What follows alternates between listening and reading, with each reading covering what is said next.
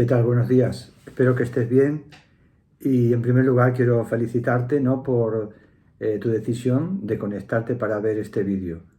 En realidad lo que parece una decisión sencilla, simple, habla bastante de lo que son tus prioridades.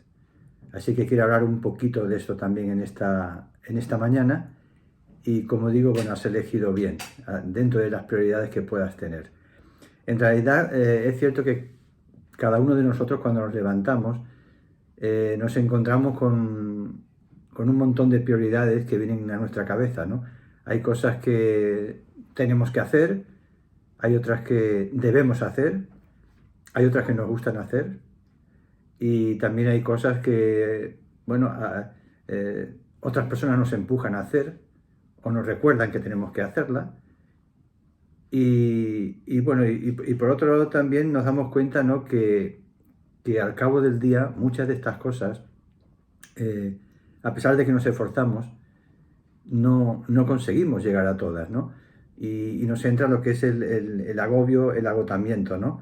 Porque nos damos cuenta que a pesar de ese objetivo de querer llegar a todo, encontramos que hay cosas que se quedan sin hacer y también hay expectativas que otros tienen sobre nosotros que no las hemos cumplido y nos sentimos a veces frustrados, ¿no? Y por esto yo me daba cuenta, ¿no?, de que en realidad no es cuestión ni siquiera de tener más horas, porque el día tiene las horas que tiene para todo el mundo, pero aunque tuviéramos más horas, tampoco sería del todo la solución, porque en realidad lo que hacemos es ampliar nuestra agenda, ¿no? En cuanto tenemos más tiempo, ampliamos la agenda y volvemos a tener otra vez la agenda completa, ¿no? Y la conclusión, yo creo que al final lo que se trata, puesto que no podemos ampliar las 24 horas, lo que se trata es de hacer una valoración de cuáles son las prioridades y de alguna manera organizar el tiempo, ¿no? Y esto es lo que, bueno, es el reto que nos queda y es lo más prudente y lo más sabio, ¿no? Estamos hablando en esta serie de Primero Dios, precisamente del orden de prioridades. Concretamente, en este domingo yo voy a hablar acerca del el tercer capítulo de la serie de Primero Dios.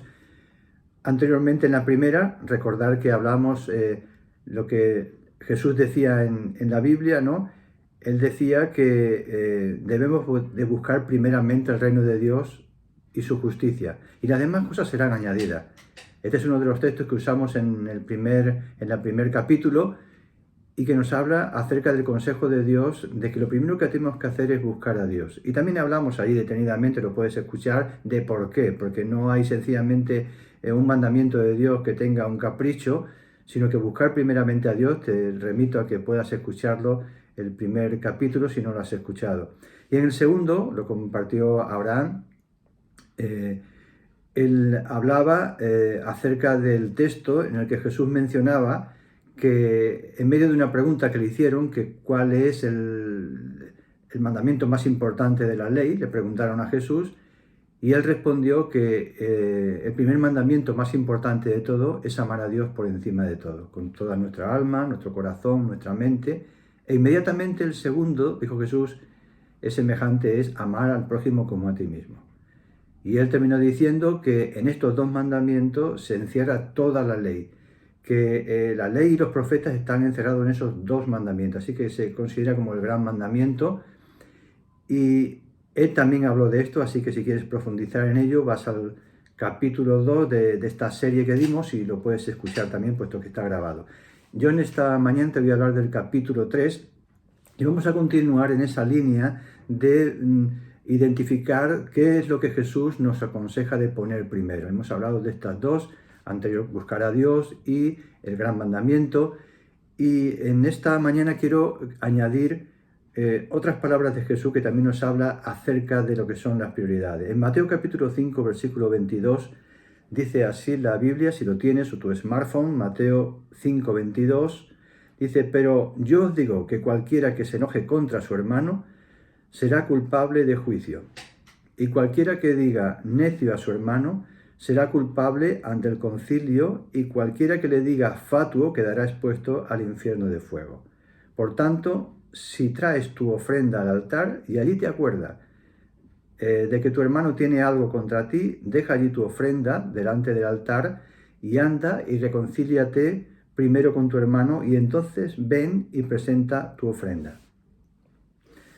Jesús en esta ocasión está mencionando la ofrenda y también está hablando de lo que es la actitud ante esa ofrenda, ¿no? El contexto nos habla, es un mensaje también que está dentro del Sermón del Monte, que Jesús está hablando en el contexto del enojo, del enfado, ¿no? Que puede haber entre unos y otros, ¿no? Y ese enfado que a veces se instala, empieza con un poquito, pero que si no lo arrancamos, ¿verdad? Va creciendo y se va arraigando y se convierte en un auténtico problema, ¿no? Entonces, Jesús está haciendo el énfasis sobre la actitud del discípulo, del creyente en este caso, y dándole como más importancia a lo que es la propia ofrenda, ¿no? Que sería la práctica religiosa o otros mandamientos que tenemos, ¿no? de poder ofrendar. Y es interesante, ¿no? que la prioridad de este pasaje no es tanto la ofrenda, sino es la reconciliación. Y lo que aprendemos aquí es que Dios no acepta una ofrenda si realmente la actitud que tenemos, ¿verdad? Pues hay enojo, hay ira contra alguien. Y nos aconseja, ¿no? de que volver a arreglar el problema y luego traer la ofrenda. Y esto tiene que ver con algo muy importante, porque muchas veces escuchamos, y es cierto, que el orden de los factores no altera el producto. Y eso es cierto, hay muchas cosas que si tú las pones antes o primero o segundo, no pasa nada. Yo, por ejemplo, ahora con el tema este de la pandemia, ¿no? Pues tenemos que usar mascarilla, los gel hidroalcohólicos.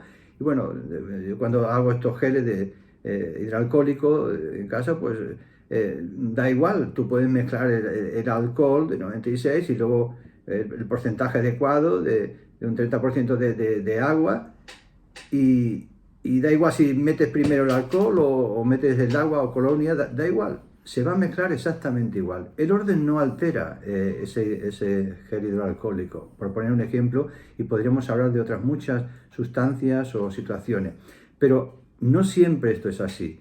Hay veces que el orden sí altera el resultado. Y es lo que Dios nos está diciendo aquí. No es lo mismo que yo vaya de mi ofrenda y ya arreglaré mi vida que tengo, el conflicto que tengo con el hermano. Aquí Dios le preocupa más, digamos, tu actitud, tu conflicto interior, tu corazón, en definitiva, que tu propia ofrenda, ¿no? Y aquí vemos, en este texto, vemos que hay tres cosas que tienen que ver con esto, con que el orden para Dios sí importa. Y sobre todo en este caso. Lo primero es la actitud del discípulo, que es lo que le preocupa a Jesús. La actitud del discípulo. Cuando leemos en 1 Corintios capítulo 11, esto lo leemos habitualmente en la iglesia cuando participamos de la Santa Cena, del pan y del vino, que es lo que Jesús estableció, que lo hiciéramos en memoria suya. Pablo, cuando habla a los Corintios en el capítulo 11, menciona que de manera que cualquiera que comiere este pan a la hora de celebrar la Santa Cena, comiere este pan y bebiere de esta copa del Señor indignamente, será culpado del cuerpo y de la sangre del Señor. Por tanto, pruébese cada uno a sí mismo y coma así del pan y beba de la copa.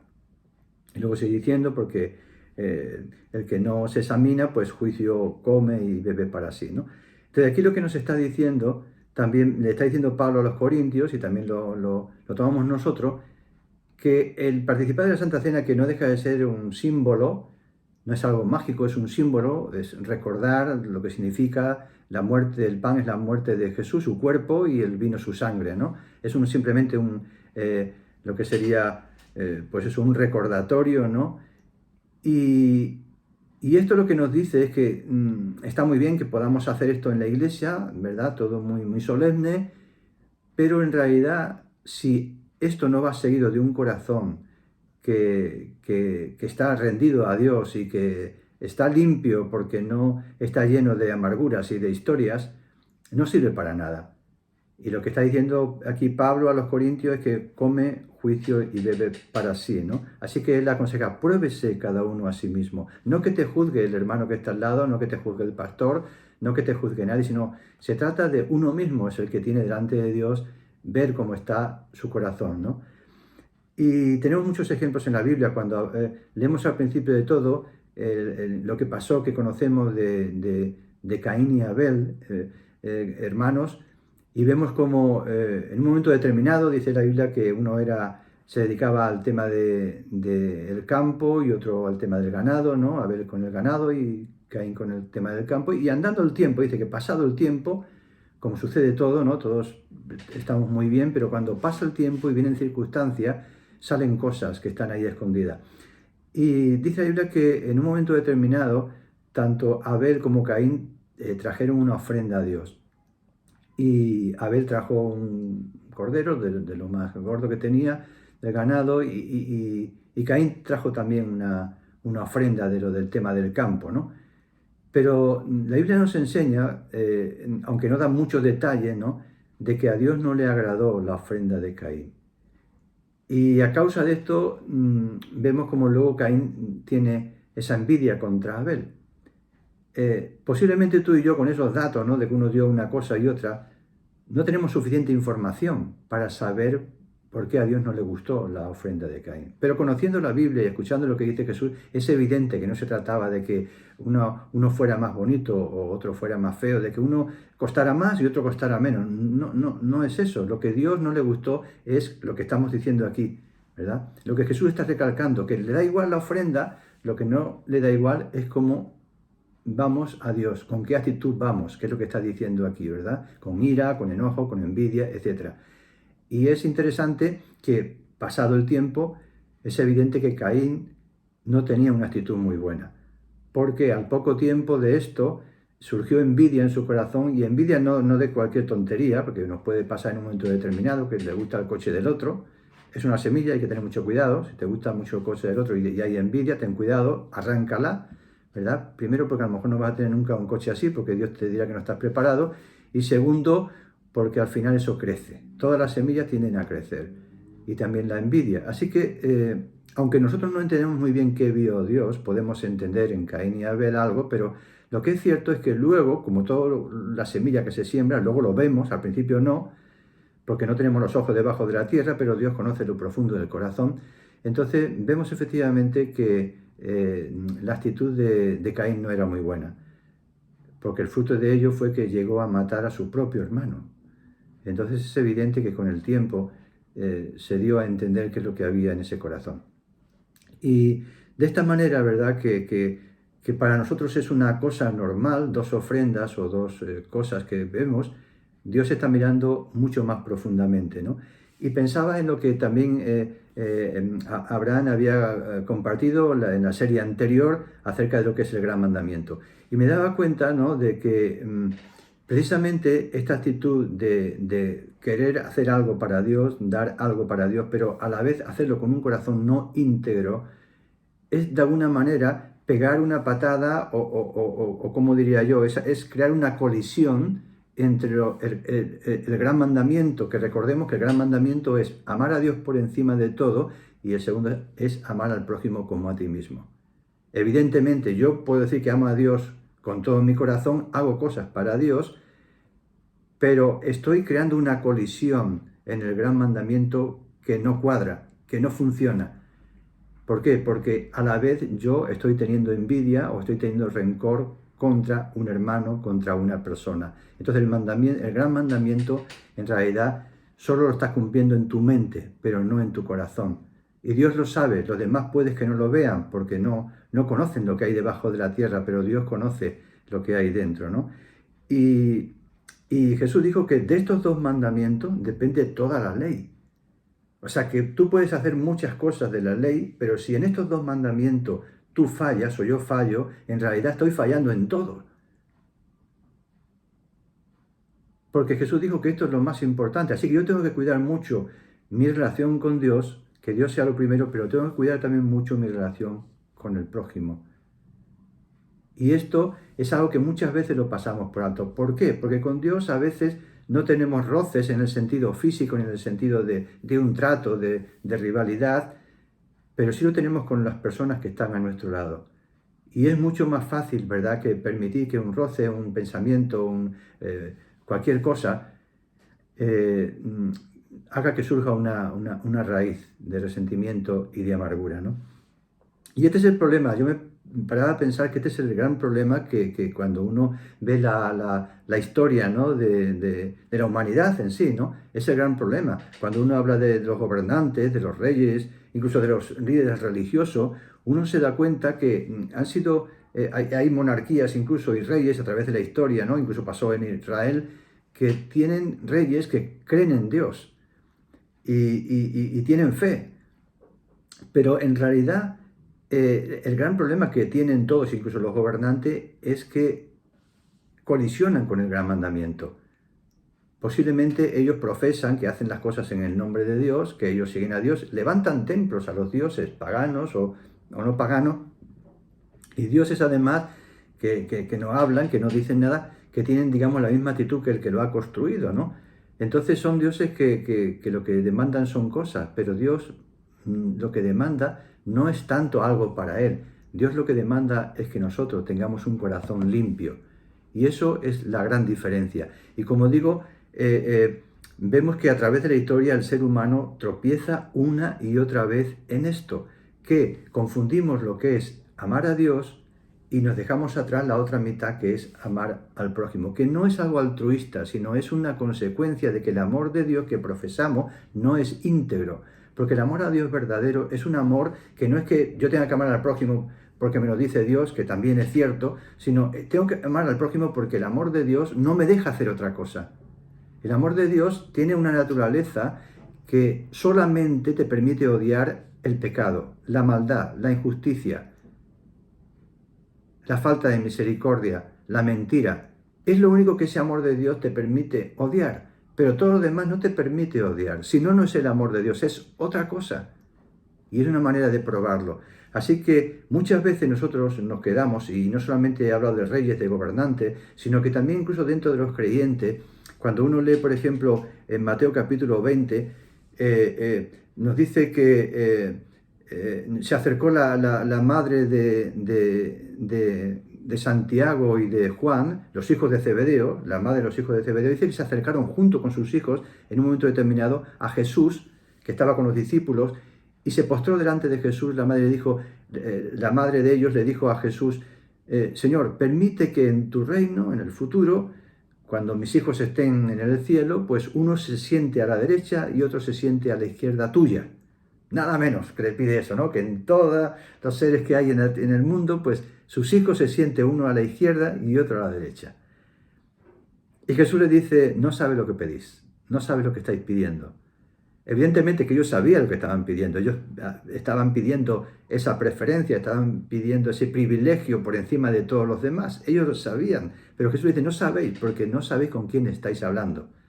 No estáis hablando con un rey común, que es lo que simplemente pues, se hace con ello, que uno le pide el favor y el rey a lo mejor para mostrar su misericordia delante de los demás concede ese favor. Estáis hablando de otro tipo de rey y de otro reino, donde no hay ese soborno, donde no hay ese enchufismo, ¿verdad? Como lo vemos. Y por eso Jesús le contesta, no está en mis manos, sino que eso está para aquellos que Dios ha provisto, ¿no? Y no en base a caprichos, sino en base a factores que nosotros no podemos valorar porque no conocemos el corazón de todos los seres humanos. Dios sí lo conoce, ¿no?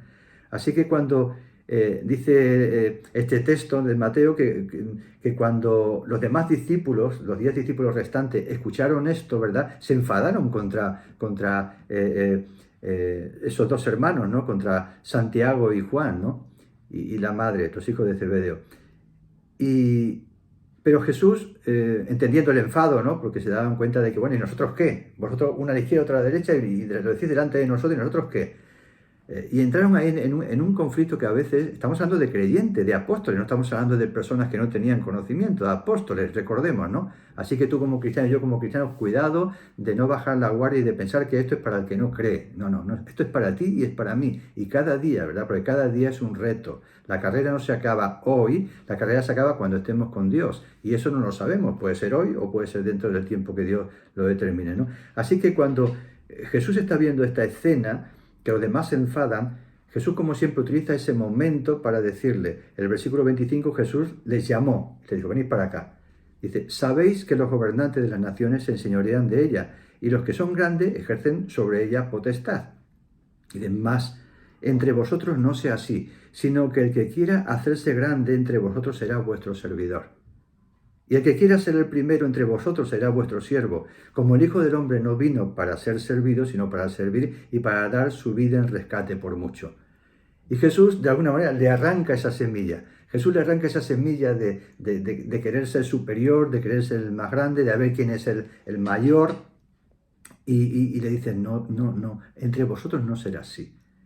Y no se refiere que entre los 12 no va a ser así, se refiere que entre todos los cristianos, entre todo el mundo no debe ser así, porque el reino de los cielos es otra cosa, ¿verdad? Y da igual, Abraham también lo comentaba el otro día, ¿no? Que da igual la historia de la humanidad que miremos, las culturas que miremos, digamos, las grandes civilizaciones que miremos siempre y sigue hoy existiendo, no cambia, sigue siendo el enchufismo, sigue siendo el deseo de poder a todos los niveles, mientras más alto, más grande el deseo, sigue siendo exactamente igual, ¿no?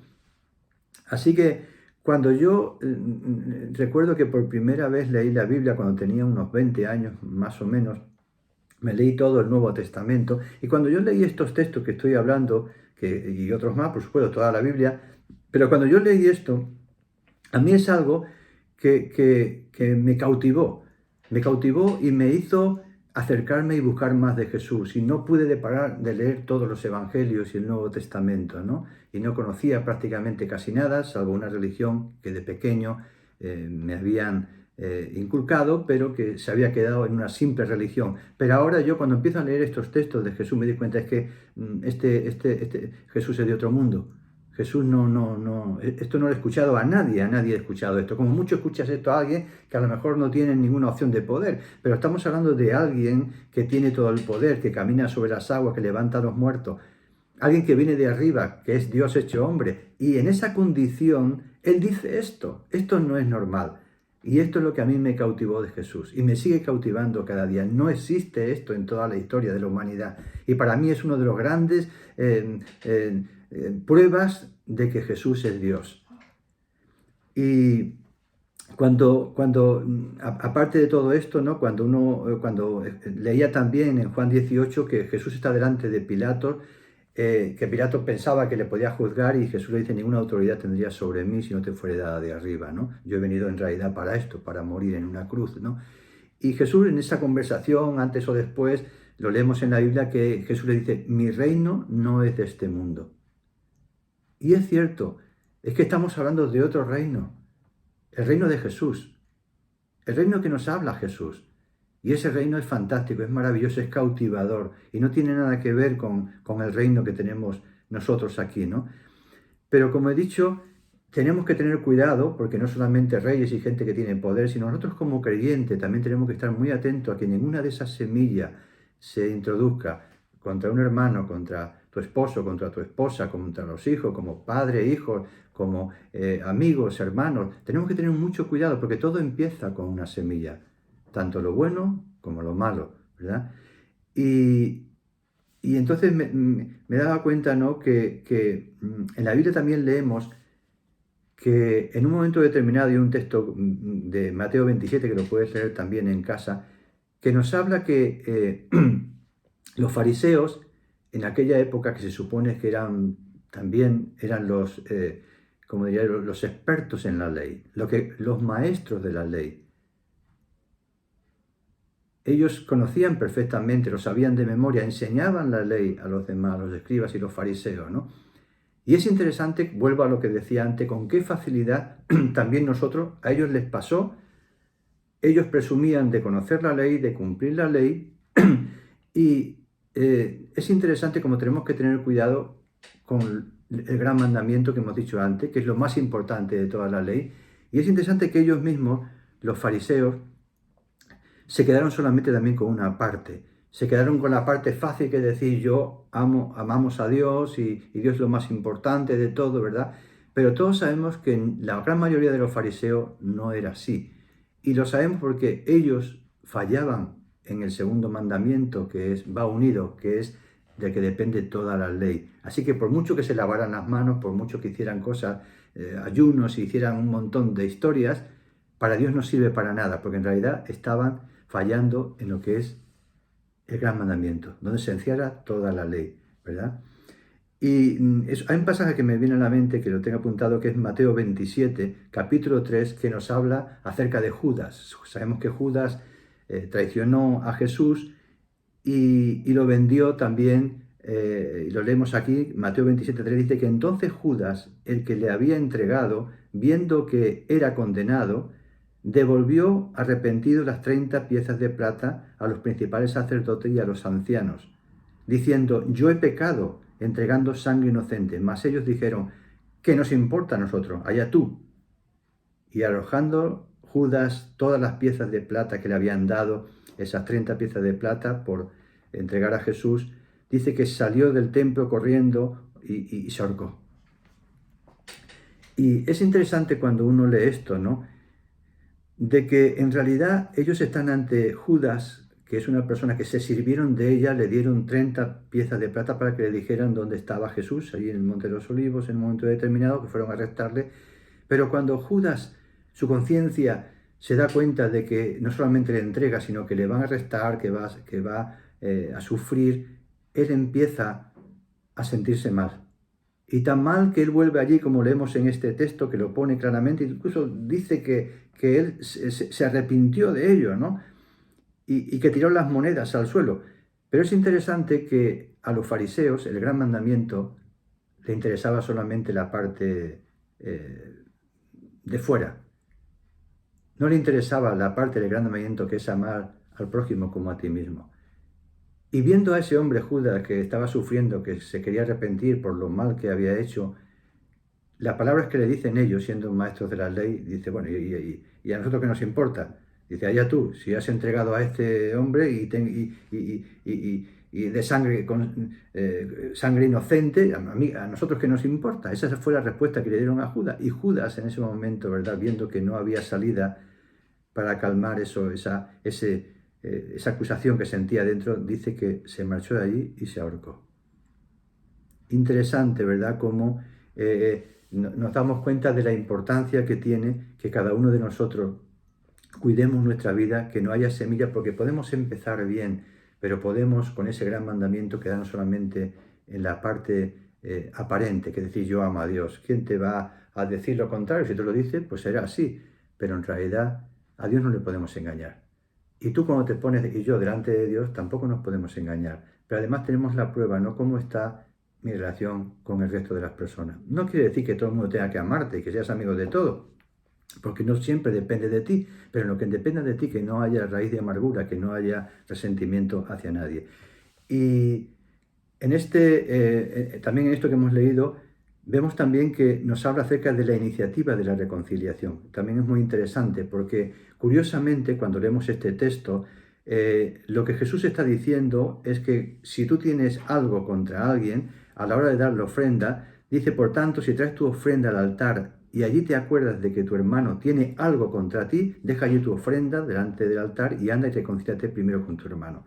Es interesante que no dice que el que es culpable, que es responsable, que te ha ofendido, tenga que venir a ti, sino que está diciendo que tú, que si sabes que alguien tiene algo contra ti, que tú a lo mejor no has hecho nada, que tú vayas y hables con él y te reconcilies. Es un paso más profundo, ¿no? Porque a veces nosotros, bueno, si él no me ha dicho nada, pues yo tampoco le digo nada. Bueno, yo no voy a entrar en esto, es algo muy personal con Dios, pero fijaros cómo Dios va a mayor profundidad, ¿no? Para llegar a esa reconciliación. Y la tercera cosa que vemos aquí es que presentar una ofrenda a Dios no significa que no se deba de hacer. Aquí Jesús no está diciendo que no se presenta una ofrenda, que no llevemos ofrendas a Dios. Lo que está diciendo es que primero tenemos que reconciliarnos para que nuestra ofrenda sea aceptada a Dios. Y quiero, ya llegando al final, para que te quedes con lo fundamental, es primero que las prioridades de Dios para tu vida no están pensadas para beneficiar a Dios. Están pensadas para beneficiar tu vida. A veces pensamos que obedecer a Dios es como un favor que le hacemos a Dios y tenemos la idea de Dios como un empresario, ¿no? Que yo trabajo para Él, hago cosas para Él y Él me paga un salario y cuanto más cosas hago, pues a lo mejor me paga más. Pero digamos que la analogía, más que con un jefe o un empresario, es la analogía del padre. Cuando nosotros vamos a un padre bueno, cuando somos niños vamos a un padre bueno, ¿verdad? Y ese padre, todas las cosas que tiene para nosotros, todo lo que nos aconseja, es pensando en nuestro bien. Pensando en el presente y pensando en el futuro nuestro, si es un buen padre. Y esa es la relación y esa es la condición que tenemos que ver con los mandamientos de Dios hacia nosotros. Que en realidad, cuando Dios nos está diciendo algo, es para nuestro bien, aunque no lo entendamos. A mí me explicaban que estos son los mandamientos, tienes que hacer esto, pum, pum, pum, pum, y si no lo haces, eres un pecador. Yo creo que eso es un error. Los mandamientos de Dios hay que explicarlo como son recursos y consejos de Dios, mandamientos también, porque no dejan de ser mandamientos para que te vaya bien. Y es interesante que como cuando somos niños no entendemos la mayoría de los mandamientos o mandatos o consejos que nos dan nuestros padres. La mayoría no lo entendemos. Y conforme vamos creciendo, vamos entendiendo. Y así sucede también espiritualmente. Es interesante Juan capítulo 13 cuando Jesús está con los apóstoles que le va a lavar los pies con una toalla y un recipiente, ¿verdad? Es interesante que Pedro, el apóstol Pedro, dice así, Juan 13, que entonces vino a Simón, Pedro, para lavar los pies del Señor, y le dijo Pedro a Jesús, ¿tú me lavas a mí los pies? Y Jesús le dijo, lo que yo hago tú no lo comprendes ahora, mas lo entenderás después. Esto le dijo Jesús a Pedro, pero ¿pensáis que Pedro entendió lo que Jesús le acaba de decir? Aparte de que lo explicó, le dijo, mira Pedro, no lo entiendes ahora, pero lo entenderás después. ¿Pensáis que Pedro lo entendió? Si alguna vez te pasa que no entiendes bien los mandamientos de Dios, no pasa nada, a Pedro también le pasó. Y de hecho, perdón, Pedro no lo entendió porque leemos que dice que Jesús después de haberle dicho esto, lo que yo hago ahora, tú no lo entiendes, lo entenderás después. La respuesta de Pedro, ¿sabéis cuál fue? Dice, no me lavarás los pies jamás. O sea, no solamente le dice que insiste en que no le va a lavar los pies, sino que le dice, no me vas a lavar los pies jamás. Y no nos ha pasado a veces esto, ¿verdad? Que a veces decimos, bueno, estos mandamientos, esto que Dios me pide, bueno, esto jamás, ¿no? Perdón, es hora de acabar, así que un poquito de agua.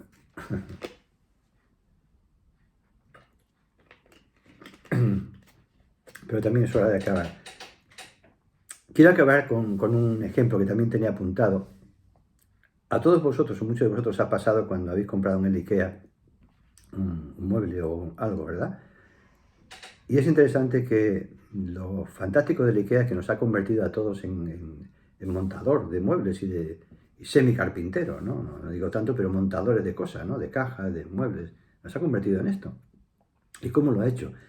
Pues normalmente los que habéis comprado algo en el IKEA sabéis que una de las características es que normalmente cuando abres una caja con lo que hay dentro, sea una silla, sea una mesilla, lo que sea, lo primero que te encuentras es un manual. Y en ese manual vienen las instrucciones, ¿verdad? De cómo se monta. Y luego también aparecen piezas, además piezas numeradas, que tienes que coger y colocarlas una por una en orden para que luego no te equivoques y no te falte ninguna o es una que no tienes que usar en ese momento, ¿no? Y la otra cosa es que ese orden que tiene es el que realmente te va a permitir que tú puedas montar aquello sin ningún problema. Y esto lo quiero dejar también como ejemplo que es exactamente muy parecido a lo que pasa con la palabra de Dios. Cuando uno se acerca a la palabra de Dios es como ese lugar donde tenemos ahí instrucciones para cómo manejar nuestra vida y cómo tener prioridades, que es la que estamos tratando en esta serie. Hablamos de prioridades y hoy hemos tratado la tercera, ¿verdad? Que es eso, el también primero arreglar nuestra vida con Dios antes del tema de luego querer ofrendar y servir a Dios, ¿no? Y tenemos ahí ese manual y luego cuando entramos en ese manual nos encontramos que hay piezas que son versículos, hay textos como los que hemos sacado algunos, ¿verdad? Hay muchísimos más y tenemos que tenerlos ahí presentes en orden antes de querer edificar, leer la Biblia, conocer la Biblia, ordenar. Y por último, lo que hacemos, ¿verdad? Con ese mueble del IKEA es que empezamos a poner lo primero que nos dice el manual. Buscar a Dios, ¿verdad? Amar a Dios. Y luego ponemos lo segundo y luego ponemos lo tercero. Y si esto no lo hacemos así, que queremos saltarnos escalones, ¿verdad? Saltarnos parte de las cosas de Dios, poner lo segundo en lugar de lo primero, o tercero en lugar de lo que sea. Al final lo que me ha pasado a mí con estos muebles es que he tenido que desarmarlo todo con el mayor problema, porque luego es cosas que no puedo desencajar y volver a empezar porque he hecho mal el orden, no he seguido el orden. Y esto a veces pasa, y quiero acabar con esto, en nuestra vida espiritual. El orden es muy importante. Así que quiero dejarte en esta serie este reto, ¿no? Que tú personalmente analices delante de Dios, ¿verdad? Cómo están las prioridades en tu vida. Que cuando te levantas, y yo me levanto por la mañana, tenemos un montón de retos, cosas que podemos hacer, que debemos hacer, queremos, otras debemos, otras nos empujan. Y en las cosas de Dios, que tú analices, ¿verdad? ¿Qué es lo primero? ¿Qué es lo más importante? Y yo con esto deseo no simplemente dejarte una carga, sino ayudarte, como Jesús nos muestra en la Biblia, ayudarte a que tú puedas terminar el diseño que Dios tiene para ti, ¿verdad? Que la palabra de Dios te dé las herramientas para que tú puedas en cada día ir creciendo y formando y que te des cuenta de que cada día espiritualmente estás pues eso, más afianzado en las cosas de Dios y que cuando vengan vientos y vengan tempestades, tu caja, tu vida espiritual no está fundada sobre cualquier cosa, sobre arena, sino está fundada sobre lo que dice la palabra de Dios, sobre la roca. Eso significa amar a Dios, ponerle en primer lugar. Así que quiero darte un abrazo, un saludo, animarte y pedirte también que sigamos orando unos por otros y también pues animarte a que sigas con los equipos de conexión entre semana, que entre semana también sigue habiendo iglesia y sigue habiendo recursos para poder edificarnos unos a otros. Recibe un fuerte abrazo. Dios te bendiga.